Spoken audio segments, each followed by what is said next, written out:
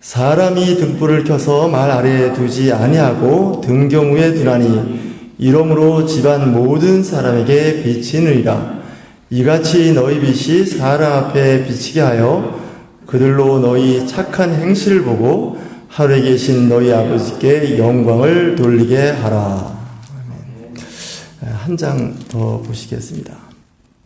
마태복음 6장 3절 4절 같이 합독하십니다. 너는 구제할 때 오른손이 하는 것을 왼손이 모르게 하여 내 구제함을 은밀하게 하라. 은밀한 중에 보시는 너의 아버지께서 갚으시리라. 6절 한 번 더 읽겠습니다. 6장 6절입니다. 마태복음. 너는 기도할 때 내 골방에 들어가 문을 닫고 은밀한 중에 계신 내 아버지께 기도하라. 은밀한 중에 보시는 내 아버지께서 갚으시리라. 누가복음 18장 7절 말씀 한 절 같이 천천히 큰 소리로 합독하시겠습니다. 하물며 하나님께서 그 밤낮 부르짖는 택하신 자들의 원한을 풀어주지 아니하겠느냐? 그들에게 오래 참으시겠느냐? 오늘 말씀은 성경에서 어제 말씀드린 것처럼 성경은 앞뒤가 안 맞는 책이라고 그랬더니 좀 미소가 싹 띄어지는 분이 계셨습니다. 왜냐면 대부분의 성경을 가리키고 말씀하신 목사님과 그 가리키는 그 신학교 교수님들은 성경은 늘 앞뒤가 잘 맞는 책이고, 1.1이 또, 이렇게 쭉 성경의 온전함, 완벽함을 말씀을 하는데, 저는 그렇지 않은 것 같습니다. 저는 원래 이과적인 머리를 갖고 있는 사람이어서 늘 논리와 합리성을 갖고 이야기합니다. 그래서 어느 목사님 저보고, 윤철중 목사는 어떤 절대적인 믿음보다는 합리적인 믿음을 갖고 있는 것 같다. 이렇게 얘기를 들은 적이 있습니다. 그 얘기는 좀 욕입니다. 목회자한테도 욕이고 성도한테. 이 믿음은 절대적인 믿음이 아닙니까? 우리가 아브라함의 믿음하면 그냥 믿고 순종하고. 이런데 저는 생각을 해봅니다. 그러다 보니까 이 이과적인 머리를 갖고 있는 사람들 신앙생활하기가 참 어렵습니다. 그런데다가 또 목사가 된다는 건 더 어려운 일이 아니겠습니까? 근데 이게 기질적으로 어릴 때부터 습관이 돼서 그런 것 같아요. 늘 배우는 학문이 의심하고 따지는 학문을 배웠습니다. 그래서 그 신학도 보니까 의심의 신학이라는 게 또 있더라고요. 그래서 검증 시스템을 돌린다 이렇게 얘기하는데 말씀도 그런 부분들이 있습니다. 오늘 특별히 말씀을 네 군데를 보면서 이 새벽 기도 시간에 여러분들을 번거롭게 한 이유는 오늘 말씀도 보면 마태복음 5장과 6장에서 벌써 이렇게 말씀이 서로 상황이 안 맞는 거죠. 왜냐하면 지금 마태복음 5장에서 보면 너희들의 그 착한 행실이 사람들이 보고 이웃들이 보고 하나님께 영광을 돌리게 하라. 그 얘기는 너희들의 그 선행을 좀 자랑 좀 하라는 거죠. 신문에 기독교 관련 신문에 전면 광고 내지는 기독교 관련 신문에 뉴스에 나가게 하고 아예 기자를 불러서 기자회견 하듯이 아예 소위 말하는 좀 표현을 좀 끝에 질자를 이렇게 해서 자랑질을 하는 거죠. 이런 그 이야기를 마태복음 6장 16절에서 하시는 말씀 같습니다. 근데 그 마태복음 6장으로 가면 좀 얘기는 달라집니다. 3절에 너는 구제할 때 오른손이 하는 것을 왼손이 모르게 하여 내 구제함을 은밀하게 하라. 은밀한 중에 보시는 너희 아버지께서 갚으시리라. 그래서 벌써 5장과 6장에서 벌써 말씀이 달라지는 겁니다. 갈려도 완전히 갈라집니다. 한쪽에서는 너희들의 그 착한 행실을 좀 나타내서 사람들에게 알려서 많은 사람들이 그거 보고 하나님께 영광을 돌리게 해라. 이렇게 하다가 갑자기 6장 3절 4절 보면 너 구제할 때 좀 오른손이 하는 거 왼손이 모르게라. 아예 한 몸인데 왼손이 오른손 어떻게 오른손이 하는 게 왼손이 모릅니까? 지척간이 있는 몸의 지체인데. 근데 성경은 그 얘기를 하는 거죠. 그러면서 예수님의 말씀을 잘 들어보면 좀 이렇게 말씀을 하십니다. 그런데다가 6장 6절을 보면 너는 기도할 때 골방에 들어가 문을 닫고 은밀한 중에 계신 내 아버지께서 기도하라. 은밀한 중에 보시는 내 아버지께서 갚으시리라. 예수님께서 은밀하게 또 골방에 들어가서 문을 잠그고 기도하라는 거죠. 그럼 하나님께서 보시고 너의 기도에 응답하시겠다는 겁니다. 근데 이야기는 또 누가복음 18장에 가면 또 이야기가 또 달라집니다. 그 불의한 재판관 앞에 이제 가난한 과부가 이제 읍소를 하지 않겠습니까? 나의 억울함을 풀어달라고. 근데 이제 7절을 보니까 하물며 하나님께서 그 밤낮 부르짖는 택하신 자들의 원한을 풀어주지 아니하게 했냐. 그들에게 오래 참겠냐. 이거 밤낮 부르짖는 거예요. 이거 골방 기도하고 달라요. 마치 한나가 그 주님의 전에 와서 허구한 날 와서 울며 기도하는데 그때 엘리 제사장이 짜증나는 거예요. 허구한 날 와가지고 이제 교회에 와가지고 저렇게 맨날 그래서 그 엘리 제사장이 당신 술 취한 거 아니야? 뭐 이렇게 이제 약간 빈정거리는 거죠. 아, 당신 때문에 교회가 좀 분위기가 맨날 와서 나의 원한을 풀어달라고. 아이를 낳아야 되는데 땅으로 했는지 눈은 늘 퉁퉁 불어 있었을 것 같고 그러니까 이제 그런 말을 들었을 것 같습니다. 그래서 성경을 보면 골방에 가서 기도할 때가 있고 또 부르짖는 기도가 있다는 거죠. 요즘은 이제 골방 기도를 많이 추천하지 않겠습니까? 코로나19가 창궐하고 있으니까. 그럼에도 불구하고 또 이제 그 소리내서 기도할 때가 있습니다. 제가 어제 잠깐 좀 그 인터넷을 검색하다 보니까 어느 교회 갔더니 막 통성 기도를 하는데 울고 기도를 하고 하는데 꼭 광란의 현장 같다고 그러면서 약간 그분 분명히 신앙생활 하시는 분 같고 거기에 또 댓글을 다신 분도 좀 그런 거에 대해서 좀 이렇게 좀 폄하하듯이 글을 올린 걸 보고서 저는 통속 기도과인데 뭐 이렇게 생각을 해봤습니다. 물론 이제 그것이 어느 정도의 그 어떤 질서, 교회의 그런 거라든가 보는 사람으로 하여금 좀 좋지 않거나 좀 이상하게 보이면 교회가 덕을 세운 데 있어서 그것도 하나의 또 어떤 약점이랄지 뭐 그런 모습이 있지 않나 하는 생각이 들었는데 그건 이제 그 상황을 잘 몰라서 그런 것이 아닌가 하는 생각이 듭니다. 늘 성경 말씀을 보실 때 여러분 잘 아시는 겁니다. 그 시대적인 상황이라든가 문화 이런 걸 보지 않고 그냥 성경의 그 문자대로 보고서 그 문자를 적용시키면 오류가 발생하기 시작합니다. 제가 한번 말씀드렸나요? 해수욕장에 가면 비키니 복장에서 수영복을 입고 나타나야지 거기 가서 저처럼 이렇게 젠틀하게 신어 와 있었어요. 넥타이를 메고 그 해수욕장 해변을 걸으면 그거 좀 복장 불량입니다. 그렇지 않겠습니까? 또 이제 설교하는 입장에 서서 또 강대상이 있는데 수영복 차림에 강대상이 올라왔다면 아마 정말 이거 뭐가 잘못돼도 크게 잘못됐다고 생각을 하실 거예요. 그러니까 여러분들 잘 아시는 것처럼 이 옷도 보면 그 분위기, 때 장소에 따라서 입는 옷이 달라집니다. 군인들도 보면 전투복이라는 게 있습니다. 군복 중에서는 전투할 때 입는 옷입니다.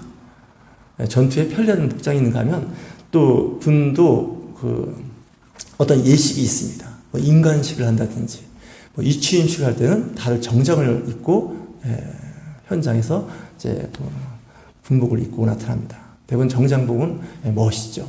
근데 이 정장을 입고 전투 훈련을 한다든지 전투에 임하지 않습니다. 우리의 신앙생활도 마찬가지입니다. 기도할 때 기도하는 사람의 그 자세는 분명히 다릅니다. 제가 이제 지난 수요일날 저녁 때 설교를 유튜브에 올렸습니다. 집사님 들으셨을 거예요. 지난 6월 30일 날 한 거. 그걸 해서 제가 이제 단톡방에다 뿌렸습니다. 저는 그냥 유튜브에 올리면 조회수가 안 올라가서 조회수를 늘리기 위해서 지인들한테 제 설교를 유튜브로 만들어서 다 돌립니다. 좀 창피하긴 합니다. 자기 한 설교를 자기가 유튜브로 만들어서 또 자기가 이게 택배처럼 돌린다는 게 이게 좀 불편한데 가만히 보니까 우리 성도 중에 누가 돌려주는 사람이 하나도 없어요. 심지어 제 아내도 관심 없어요. 그래갖고 이제 100여 명에게 했더니 어제 밤에 제가 대학에서 강의했던 한 학생이 문자가 왔어요. 목사님 명설교입니다. 그 말을 답글이 올라오는데 얼마나 가슴이 뿌듯했는지 여지껏 들은 얘기 중에서 제일 기분이 좋았습니다. 여러분들 관심 없나 본데 저는 좀 그러면서 이야기를 하는데 분명히 그 얘기를 했습니다. 하나님 앞에 땡깡을 부리는 기도를 한번 해보라고. 그래서 어린아이가 제 엄마랑 걸어가다가 장난감을 보고서 사달라고 할 때 엄마는 안 사줍니다. 그러면 이제 그 아이가 하는 방법이 어떤 방법이 있다고요? 길에서 두루 눕는 거예요. 그러면 엄마가 사줍니다. 두 가지죠. 거리에서 때를 쓰면 이거 정말 보통 불편한 게 아니에요. 그리고 또 하나는 창피한 거예요. 그러니까 이제 사주지 않겠습니까? 잘못하면 집에서 비 오는 날 먼지가 날 정도로 얻어맞는 수가 있습니다. 근데 하여튼 우리가 하나님 앞에 기도할 때는 그런 방법이 있지 않을까 이런 생각을 해보게 됩니다. 그래서 그 자매가 이제 그에게 답답한 일이 많은 거예요. 직장에서 힘든 일이 많은 거예요. 그때마다 기도를 하지만 이게 진짜 답답하지 않습니까? 그때는 이유 불문 통성 기도를 하는 겁니다. 그러면서 저보고 어디 목사님 그 기도원 소개할 만한 곳 좀 있습니까? 이렇게 이야기를 하는데 갑자기 이게 기도원이 떠오르지가 않아요. 일단 평상시에 기도를 잘 안 다녔다는 것과 몇몇 기도만 다녔어요. 그리고 또 통성 기도할 수 있는 기도원이 흔하지 않다는 생각도 나는데 해봤어요. 특히 요즘같이 코로나19로 인해서 전 세계, 전국이 그 토설한 기도 이런 분위기는 아닙니다. 그래서 문자를 일단 보냈습니다. 기도원 요즘에 텅텅 비어 있으니까 통성 기도에도 문제가 거의 없을 거예요. 요즘에 기도원에 사람이 없습니다. 그러니까 통성 기도해도 괜찮을 테니까 좀 알아보겠다 그랬습니다. 그래서 좀 네이버 검색을 해봤습니다. 그래서 키워드를 넣었습니다. 통성 기도, 기도원, 키워드 2개를 넣어서 검색을 했는데 이제 나오긴 나옵니다. 근데 중요한 건 뭐 추천을 하려면 알고 추천을 해야 되지 않겠습니까? 자기도 안 가보고서 인터넷에 검색하니까 그거 괜찮을 것 같다. 이렇게 하면 또 이제 그 상담자로서의 기본 매너는 아닌 것 같고. 그래서 검색을 하다가 어제 한 2시에 잤습니다.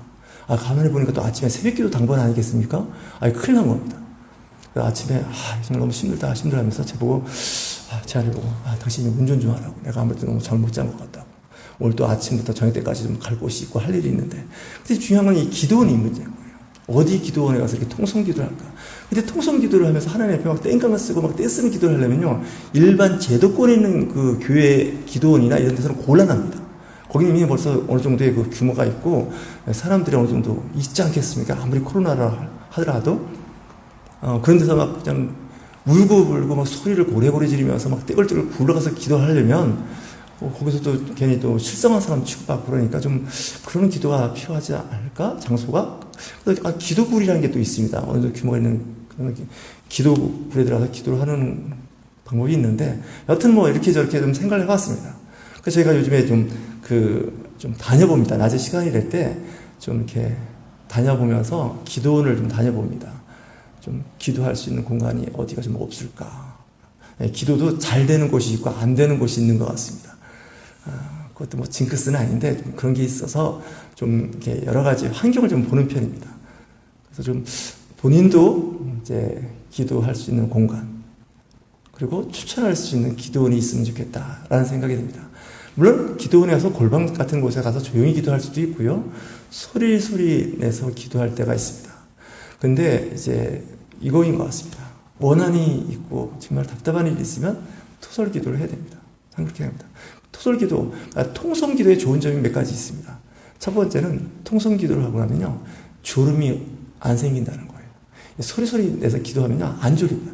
조용히 기도하다가 반은 졸고 반은 제정신에 기도하다가 하는 거지, 소리 내서 기도하면 일단 졸지 않습니다. 두 번째 뭐냐면, 잡념이 안 들어옵니다. 저는 기도할 때 잡념이 많이 들어옵니다. 가스불은 끄고 왔나, 불은 켜놓고 왔는데, 뭐 이런 별별 생각이 다 들고요. 오늘 누구 만나기로 했는데, 뭐 이런 생각이 막 들어와서 기도에 집중력이 떨어집니다. 근데 통성 기도를 하면 비교적 그런 문제가 해결됩니다. 세 번째는 영적 카타르시스가 있습니다. 그냥 좀 속이 시원하고요, 불안한 게 있습니다. 그래서 통성 기도를 저희 교단에서 좀 추천하고 많이 합니다. 그런데 요즘에 그 통성 기도나 이런 기도가, 부르짖는 기도가 좀 천박하고 경박해 보여서 사람들이 잘 안 하려고 그러는데, 요즘에 그리스도인들이 사실 좀 너무 이렇게 품위 있게, 젠틀하게, 고상하게 신앙생활 하려고 하다 보니까 찬송도, 박수 치는 거 거의 다 사라졌고, 기도도 그냥 조용히 하는데, 우리나라 기독교 역사를 이렇게 봐도, 통성 기도가 살아있을 때, 철야 기도회가 있을 때는 교회가 부흥하고 성장하고 교회가 건강했습니다. 근데 어느 날부터 교회가 그런 것이 없어지기 시작하면서 이데올로기에 빠집니다. 이 종교나 정치나 이 과학도 마찬가지입니다. 한번 그 이념화, 이데올로기에 빠지기 시작하면 본질에서 벗어나게 됩니다. 이 기독교도 이념화되기 시작했습니다. 한국교회는. 좌익과 우익, 진보와 보수, 이게 다 이념화입니다. 조선시대 때 성리학이 조선 후기에 와서는 이제 이념화됩니다. 이데올로기가 됩니다. 그래서 이 성리학 학자들끼리 서로 생각을 달리합니다. 잘 아실 겁니다. 사색당파가 조선 후기에 나라를 망치는 그 주요한 지식인들의 문제가 됐는데, 이 신학도, 이 목회도 이념화되기 시작하면 성령은 약해지기 시작합니다. 역사하지 않습니다. 이것을 극복하는 방법이 몇 가지 있는데, 그 중에 하나가 통성기도를 하는 겁니다. 단순 무식한 겁니다. 때를 쓰는 거죠. 그러면 하나님께서 응답하시는 거죠. 성경은 예수님 말씀조차도 앞에서 하신 말씀과 뒤에서 하신 말씀이 다릅니다. 사도 바울이 쓴 그 서신도 서신서마다 좀 다릅니다. 다른 게 아니라 틀린다는 생각이 들 정도예요.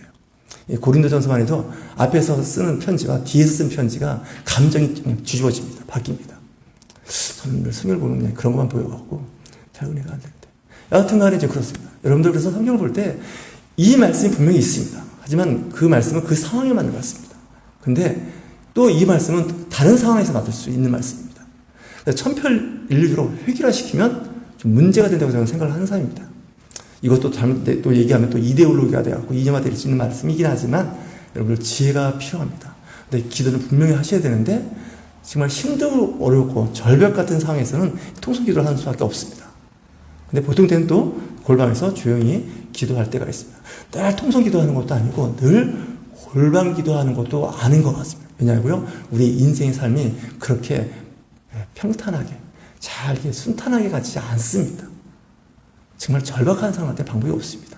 울며 불며 진짜 때를 쓰면서 기도하는 수밖에 없습니다. 근데 또 그 문제가 해결되고 그러면 또 잔잔한 평화의 기간이 있습니다. 그때는 또 조용히 그런 기도를 하는 겁니다. 나는 그런데 또 옆에 사는 사람은 또 안 그럴 수가 있습니다. 그때는 좀 참아주셔야 됩니다. 이해하시려고 노력하셔야 됩니다. 왜냐고요? 저분한테 뭔가 좀 힘들고 어려운 일이 있구나라는 생각을 하셔야 됩니다. 교회는 자꾸 이해하려고 해야 됩니다.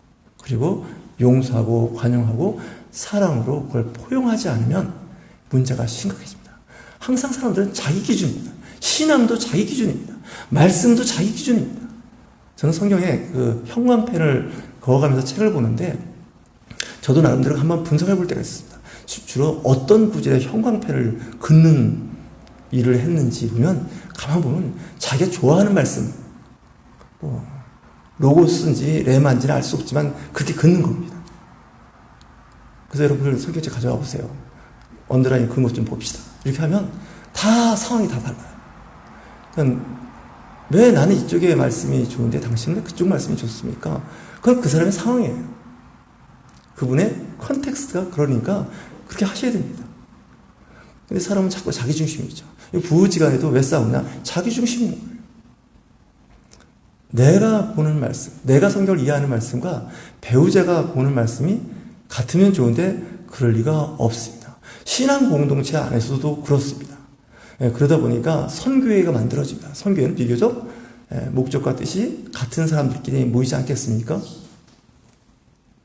공무원 선교회, 군인 선교회.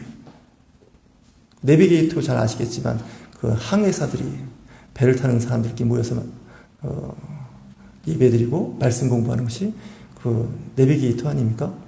말 그대로 항해사입니다. 그분들은 주일 개념도 없습니다. 공해상에 배가 뜨면 이 날짜선도 좀 생각 좀 해봐야 됩니다. 그러니까 그분들은 그분들끼리 배에서 기도하고 찬송하고 말씀을 적용시킬 수 있는데 이 육지에 있는 사람들은 그렇지 않습니다.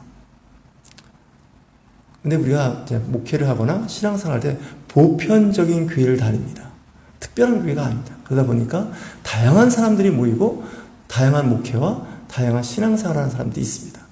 그래도 이제 교회마다 특성이 있겠죠. 교단과 교파에 따라서 다릅니다. 그래서 그 요즘에는 이제 그런 경계가 아주 애매모호해졌고 없어지는 에큐메니컬 운동을 하지만 좀 나름대로 원래는 색이 있습니다. 이 얘기만 하고 마치겠습니다. 제가 이제 어느 기도원 입구에 갔는데 거기서 물건을 사는데 보니까 두 분 다 교회 권사님이세요. 근데 한 분이 이제 순복음교회 권사님이신 거예요. 인천에 있는 그 큰 순복음교회를 다니셨다고 말씀하시는데 저러분들 반가워하시더라고요. 근데 이제 그분이 이제 이사 오시고 고향에 들어오셔서 그 고향에는 감리교회가 있습니다. 감리교회를 다니신다는 거예요. 아, 잘하셨습니다. 어차피 거기서는 강화도입니다. 다닐 수가 없으니까 다니시는데, 그분이 이제 늘 아쉬운 게 통성기도 하고 싶은 그게 있는데, 본인이 가는 그 교회는 통성기도를 하지 않는다는 거예요. 그게 좀 아쉽다는 거예요. 그때 어떻게 하겠습니까? 로마에 가면 로마 법대로, 영국에 가면 영국 법대로. 그러면서 새벽 기도를 하루도 빠지지 않고 나간다는 거예요. 그리고 또 새벽 기도를 했다 하면 1시간 이상 하신다는 거예요. 옛날 분이시죠? 말씀만 들어도 참, 정말, 이게 감탄이 나올 정도예요. 어떻게 보면 교회가 많다 하는 것은 그런 선택의 그 폭이 넓어지는 거 아니겠습니까? 근데 이제 그 시골이나 교회가 없는 곳에 가면 선택의 여지가 없습니다. 그 동네에 성공회가 있으면 별 방법이 없습니다. 새벽 기도 하려면 그 성공회 가서, 교회 가서 새벽 기도를 해야 됩니다.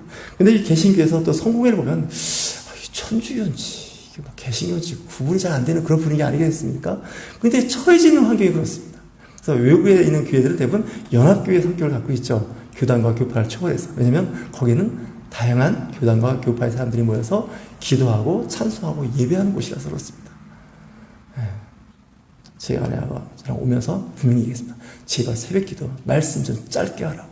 당신 설교 들어온 사람들이 아니니까 기도하러 온 사람이니까. 그런데 제가 좀 말하는 재미가 좀 있나 봅니다. 하여튼 말하면 끊을 줄 모르고 길게 합니다. 그래서 이제 조심하는데 하여튼 그렇습니다. 제가 결론 잘 못 맺겠는데 알아서 기도하십시오. 소리내서 기도하실 분은 소리내서 기도하시고 조용히 기도하실 분은 조용히 기도하시고 그렇게 한 수밖에 없습니다. 근데 세월이 지나면 다 비슷비슷해질 거라는 생각을 해봅니다. 하여튼 오늘 말씀 좀 일부러 제가 그 4개의 구절을 서로 이렇게 잘 맞지 않는, 심지어는 반대되는 골방 기도와 부르짖는 기도, 그리고 자랑질하는 거하고 자랑질 하지 말라는 거. 근데 자세히 보면 그 상황이 있습니다. 그런 배경이 있기 때문에 이런 말씀이 있습니다. 특별히 주님의 복음, 사복음서 안에서도 이와 같은 말씀이 있습니다. 주님, 지난주는 이렇게 말씀하시더니 이번 주 이렇게 말씀하시면 저희들 이거 어떻게 해야 되겠습니까? 이 세상에 가장 어색한 춤이 엉거주춤 아닙니까? 우리 보고 엉거주춤하게 살으라는 겁니까? 근데 자세히 보면 그 상황에 논리가 있습니다. 비키니 복장을 하고 해수욕장에 나타나셔야 됩니다. 강대상의 예배 때는 또한 예배에 맞는 복장이 있는 겁니다. 성경은 굉장히 열려있는 책이라고 저는 봅니다. 자꾸 성경을 제한시키지 마시고 여러분들의 그 생각, 마음을 넓게 지평을 넓혀보시길 주님 이름으로 축원합니다. 좋으신 하나님 아버지 감사합니다. 오늘도 주님께서 함께하여 주시니 감사합니다. 주님, 주님의 말씀을 들을 때 깨닫는 지혜와 명철을 허락하여 주시고 생활 속에 적용을 시킬 수 있는 은혜를 허락하여 주시옵소서. 예수 그리스도의 이름으로 기도하옵나이다. 아멘. 광고 말씀드리면 내일하고 모레는 우리 안창국 목사님께서 새벽기도 인도해 주십니다. 많이 오셔서 은혜의 시간 가지시길 바랍니다. 감사합니다.